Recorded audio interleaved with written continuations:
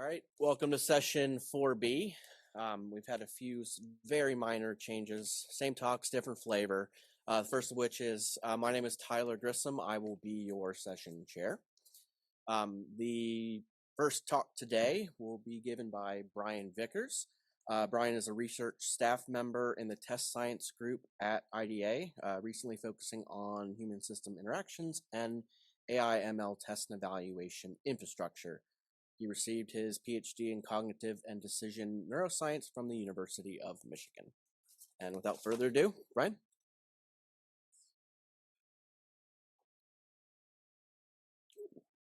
All right, so thank you all for coming in. My name is Brian Vickers, not Rachel Haga.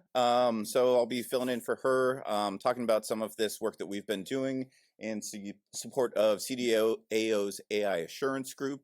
So to kind of shed some light on this, this is kind of a working study. So this is kind of emerging results that we wanted to present to this group to give you a sense of kind of what's going on. Oh.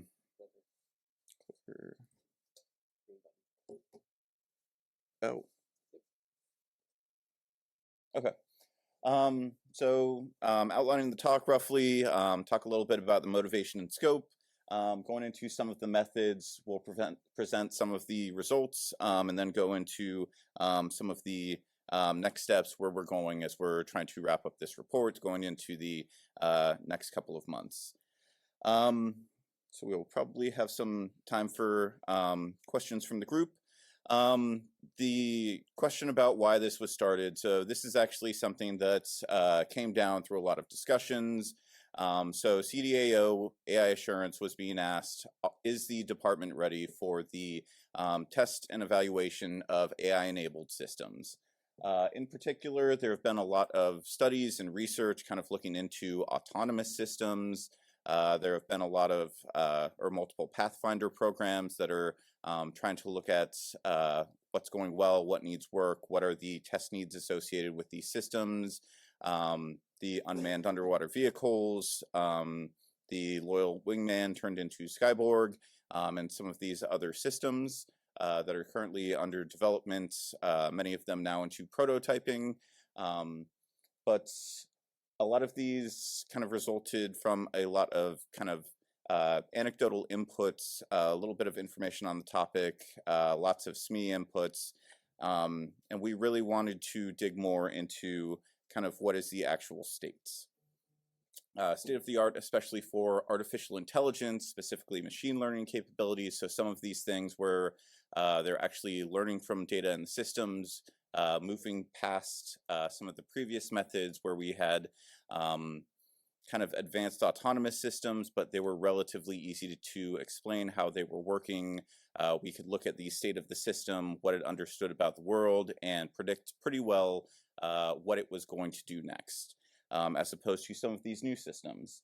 So we wanted to especially look at some of these gaps, tie them to both the demand and supply of T&E infrastructure. So what will be the demands of these new AI-enabled capabilities that are coming down the pipeline?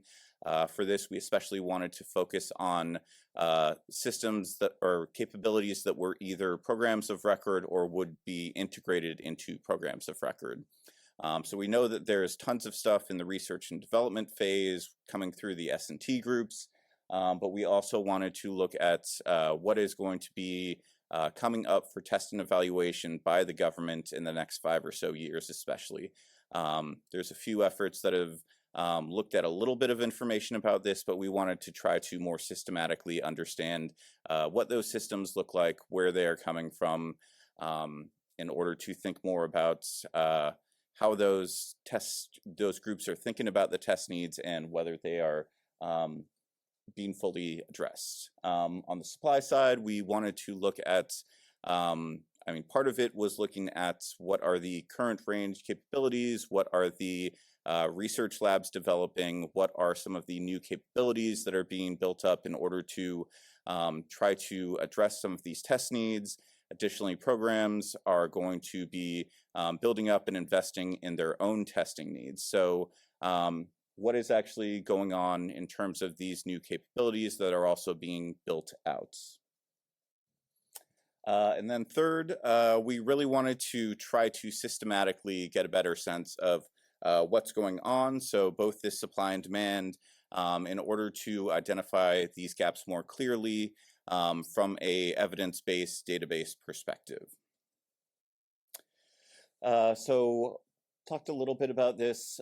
So really looking in the next 5 years, so as we are thinking about investments that CDAO and the T&E community more generally, especially at the enterprise level, so the Developmental Testing, Evaluation and Assessment Office, DOT&E, and TRMC, how might we use this information we're gathering to advise them on how they might be thinking about investments and either shifting or investing more in any of these topics. And then understanding a lot more about expectations, what these proof of concepts actually look like. There's a lot of kind of general ideas about what AI is, what it could do, where it can be applied.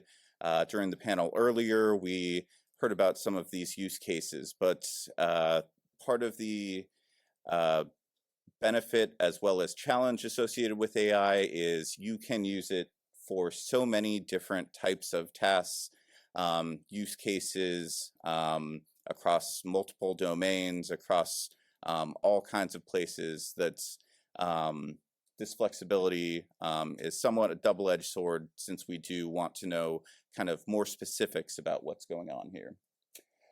In terms of what is actually infrastructure here, we were instructed to take kind of a broad view of this, to think about infrastructure as the shared resources that different groups could draw upon in order to support this test and evaluation goal that we're looking at. So both traditional infrastructure, physical things, as well as more of the kind of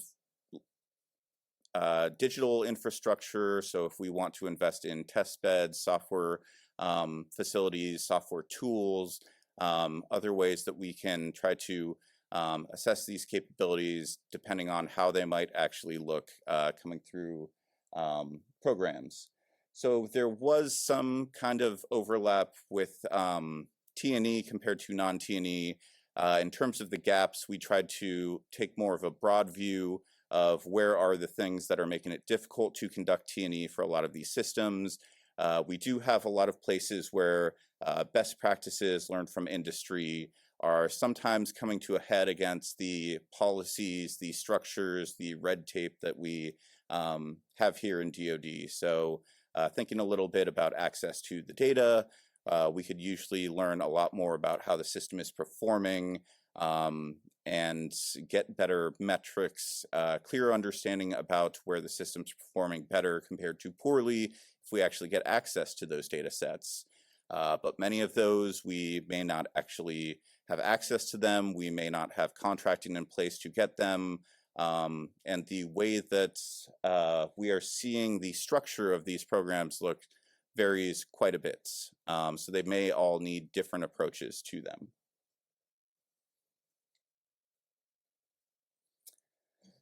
So the general structure of this report, I will say that we delivered an interim report last summer. We have both a CUI version and a publicly accessible version, so feel free to reach out to me after this if you're interested in some of those results. But we started looking into some of these topics and getting kind of the broad sense of what's going on. In this fuller study, we were trying to dig more into the details. So whereas in last year's interim report, we got a broad sense of what programs, what testers were asking for, was there actually demand that existed to invest in more of these things, especially at the enterprise level? The answer there was kind of a resounding yes. I'm not going to dig into that too much, but the two sections here that we haven't really talked about is what are those gaps, so trying to be as specific as possible. And then after that, looking at recommendations that we might be able to present to CDAO in order to help get a better understanding of what's the state of T&E is for AI-enabled systems, AI-enabled capabilities, as well as how to learn more and potentially do more experimentation to get a better handle on how this should be done, implementation of best practices, what all of that looks like in the longer term. So data collection, we went through a process to do this. I talked a little bit about the interim study, and the way that this was largely split up is we talked with people who were either building or testing these AI capabilities. So for the most part, we were targeting program management offices and the program managers that were actually handling these capabilities.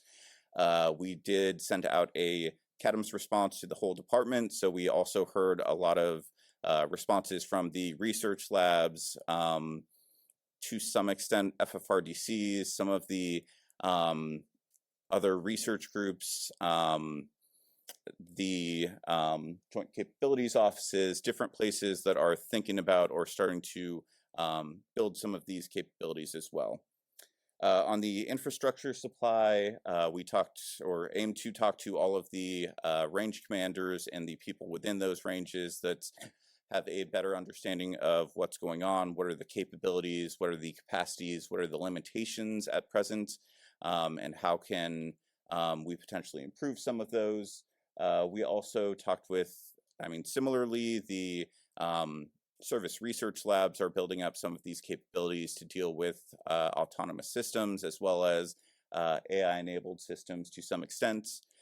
So a lot of these groups that might be building computer vision to potentially embed in systems for the services, they're also building out test harnesses and additional capabilities where their system can plug into it, and at least to some extent others can interoperate with this, or at least build some of their software to interoperate with these. And I could probably talk a little bit to the gaps and recommendations. This is kind of emerging as we're talking with more people and getting inputs and interactions. But we could also talk more during the Q&A or after this about that. So how we tried to generate demands, we tried to talk with every single PMO. If anyone has ever tried to do this, it is extremely difficult. These people have very busy jobs. They're already doing tons of stuff, so it is hard to try to hit each of these. We're still trying to reach out more, but the goal is at least to get responses either in the affirmative or in the negative. Yes, we are building some kind of AI. We expect to have some in the near term, or no, we don't plan to do that, maybe sometime in the future, but not in the next 5 or so years. So we started with this kind of intake survey. So this was more of the tabular data, some of the stuff that we could ground truth a little bit more. Some of the metadata, are you actually building some AI-enabled capabilities, given some definition? One of the challenges here was also there is no standard DoD-wide definition of what artificial intelligence, machine learning systems are. So we tried to kind of get something close enough to understand would the systems that they're trying to build up actually probably want new methods, want new test and evaluation practices, and trying to also get information about things that are relatively benchmarkable. So what is the technology readiness level of that capability currently? Is this kind of an algorithm? Is this more of a subcomponent of a system, or is this the full-up system that you're building? Have you started government testing? If not, when might you expect that to happen, or when is that scheduled to happen? And when is this supposed to be fielded?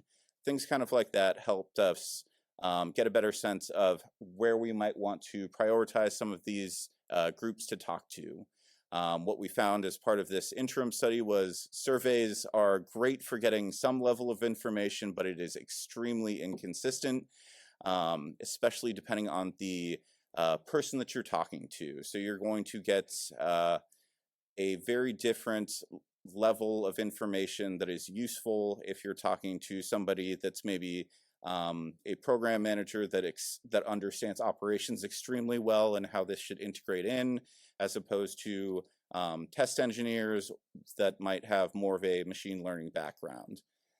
So instead of taking that typical approach, we wanted to actually have these interview teams come in and get a better understanding of what was going on with semi-structured interviews. So these were typically hour-long interviews. Sometimes we've had multiple of them if there were lots of capabilities that a group was building up. I think we maxed out at 33 capabilities in development for one of the research labs that we heard about. And we really wanted to include a AI SME who typically moderated the whole interview, a domain expert. So if we were looking at some kind of system that would be integrated into aircraft, we wanted to have someone with air warfare expertise to put some sanity checks on, help ask questions, follow-up questions that will help us kind of probe into what are the things about this system we should understand? Do these ConOps make sense, at least to the extent that they're thinking about them?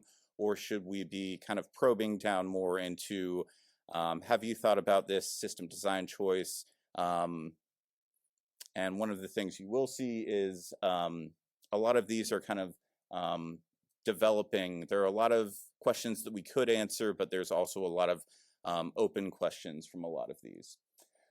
And then we tried to bin all of these AI-enabled capabilities into ways that we could actually kind of understand them. So we got lots of useful, very granular, open-ended information, but it's very difficult to actually use that to figure out what are the T&E capabilities that we might want for those similar capabilities or similar types of AI. Natural language processing systems might be subject to one type of test and evaluation, whereas computer vision systems will get a different one.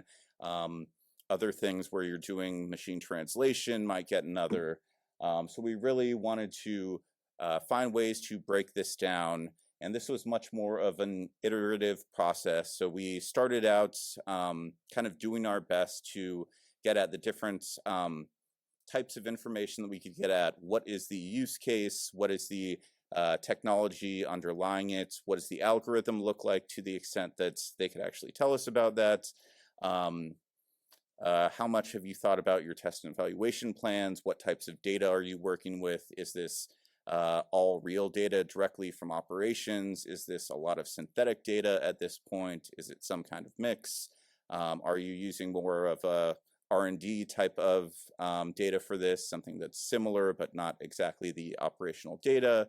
But a lot of these different types of information that we kind of iterated on over these different interviews to try to get a sense of kind of what is the state of thinking about test and evaluation for these systems. And we really iterated on this through a data analysis working group. Trying to figure out how do we improve this ontology over time, the way that we're characterizing these different types of systems. And we at least got it to a decent place, I think, where it's useful for reporting out and giving aggregate level information for reporting purposes. And then we have much more details depending on kind of if we're talking with stakeholders, we could provide more of that and have places to follow up in the future as well. So the Navy was actually the place where we got the best responses. I have kind of a sneaking suspicion that this was because we talked with more of their kind of AI leadership groups at the beginning of the study, got some buy-in from them and some of the program executive offices before we started trying to collect information at the PMO level. So what you see up here are the different program executive offices for the Navy. Each of the kind of squares within there is one of the PMOs, and the different colors are do they have AI in there? Yes is green, blue is unsure, red is no.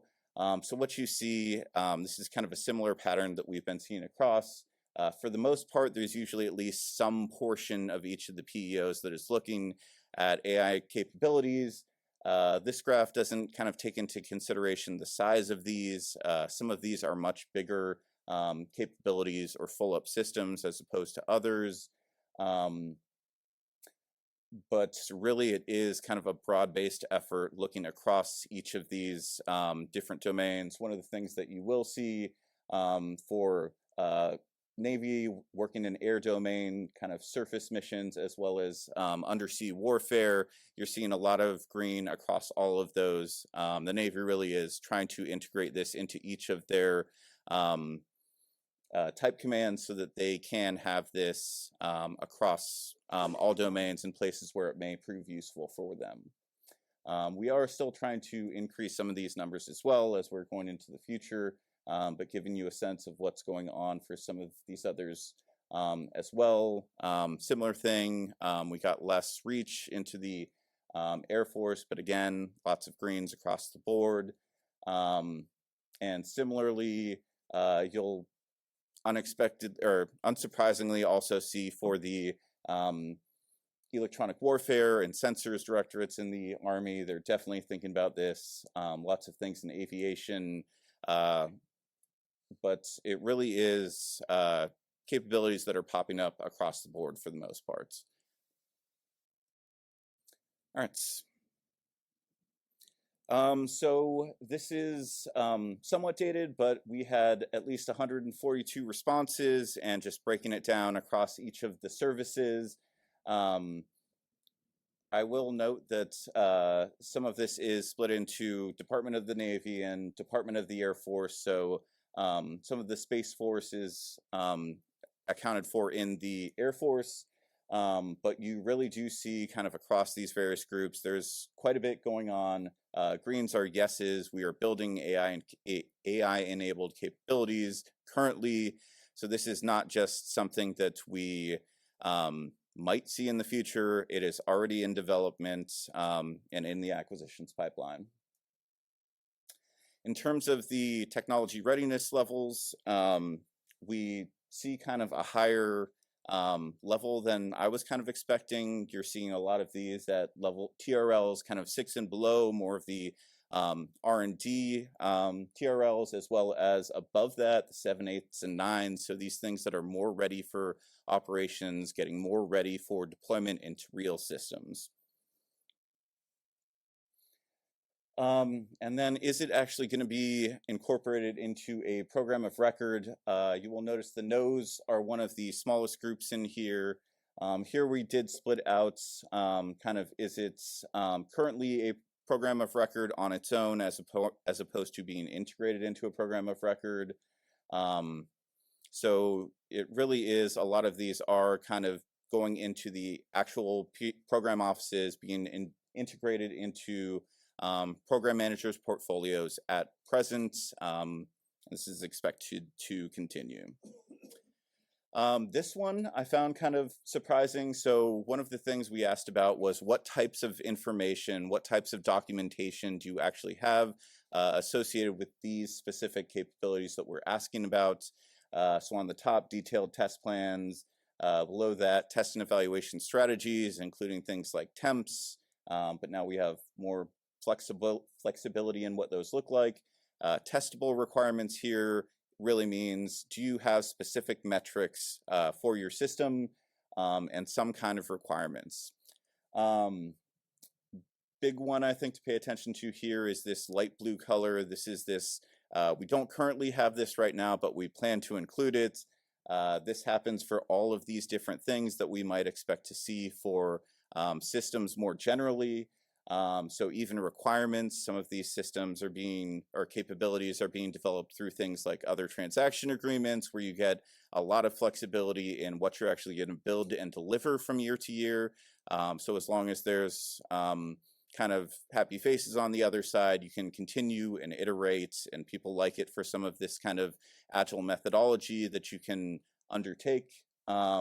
But it does make it much trickier in order for kind of the test community to understand exactly what's going on, what types of information might we be able to kind of pull in across the life cycle of the system. You hear this in a lot of best practices, So I think the question here is also how do we kind of improve some of the visibility, the documentation into what's going on, so that we could get a better sense of what's going on here and how best to prepare. This is especially hard to see kind of on the projector, but what you see on the bottom is when they anticipate beginning government testing, starting on the left with there is no government testing and there are multiple capabilities where people report that. And on the y-axis is when you anticipate actually fielding this. The 2 points to pay attention to are this kind of ongoing, I think I can use this.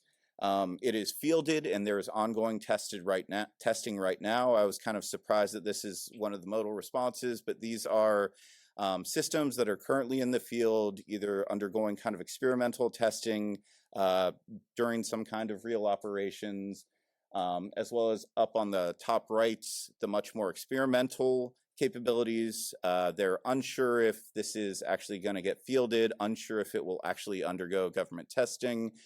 So some of these might be very small capabilities where they might not have to do that. So yes, I think, and then kind of across the board, you do see a lot of kind of, they anticipate typical government testing where it's going to be fielded at some date after that. All right, next steps, I'll just talk a little bit about this.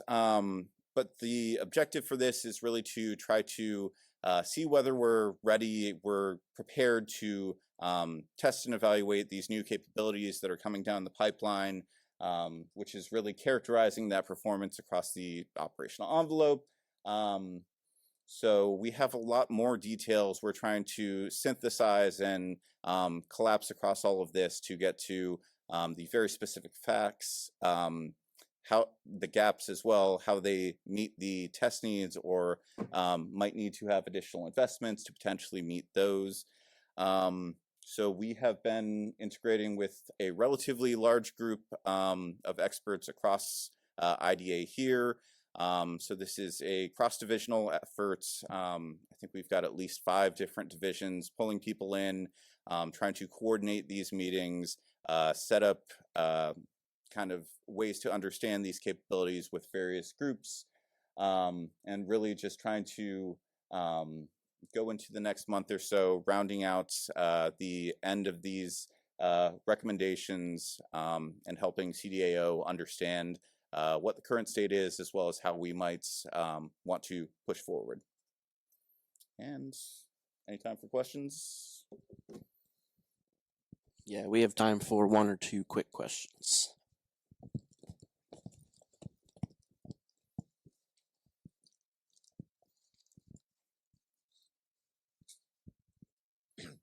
So I noticed that slide about the question was, does I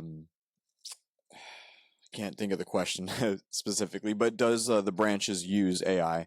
And I found it interesting that the Air Force had the least amount, at least in the survey, of either planning to use or currently using. And my question is, why do you think that is the case, or is it more just an observation?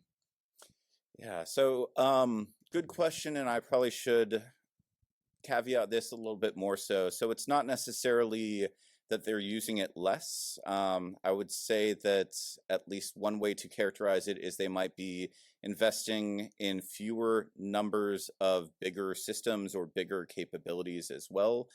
So it might not be going on across as many offices as, say, maybe the Army, who has a lot more systems. They might want to spread these things across. But for a lot of these as well, it might be things that they would want to be able to deploy to multiple different types of systems. So it could be automated or automatic target recognition systems if you have enough similar sensors that can pull in that information and they could deploy that across all of those. It might be able to, I might characterize it as kind of a different way that they're investing in some of these capabilities, as opposed to kind of the Navy that's maybe prototyping more in various different places, if that makes sense. Yeah. Just on that question, Brian, it also looked like it might just be a response rate issue. Mhm. You got more from the Navy, but my question was, you mentioned in the beginning, I think, that there's not really a common accepted definition in DoD of what qualifies as AI and machine learning. So when you did your surveys and your interviews, if people said yes, did you judge whether that's really true or whether they were just using buzzwords? Yeah, so we tried to vet that through in multiple ways. So the first way was kind of in the intake survey, we wanted to have a clear enough definition. We kind of prototyped this here and tried to work it through multiple people that both understand AI and maybe don't, because we know it would hit both of them. So with that as a first pass, we hoped that we would catch a lot of things. And with the groups that we actually did interviews with, we did have some that were not quite the AI capabilities that had initially been reported. I think the bigger difference was with the interim study where we kind of just broadly asked, are you developing AI? We got a lot more yes responses in that survey than we did with this one that both had a more clear definition and had experts kind of drill down with people that could actually answer questions and go back and forth to try to validate some of that information. So I would say in those kind of waffle charts where you have the squares, those have some of that cleared out, but only some of those groups had the interviews afterward. So I would say most of that is kind of a close approximation, but I'm sure there's some in there that's not kind of as much. Out of time for questions now. So let's thank Brian for his talk.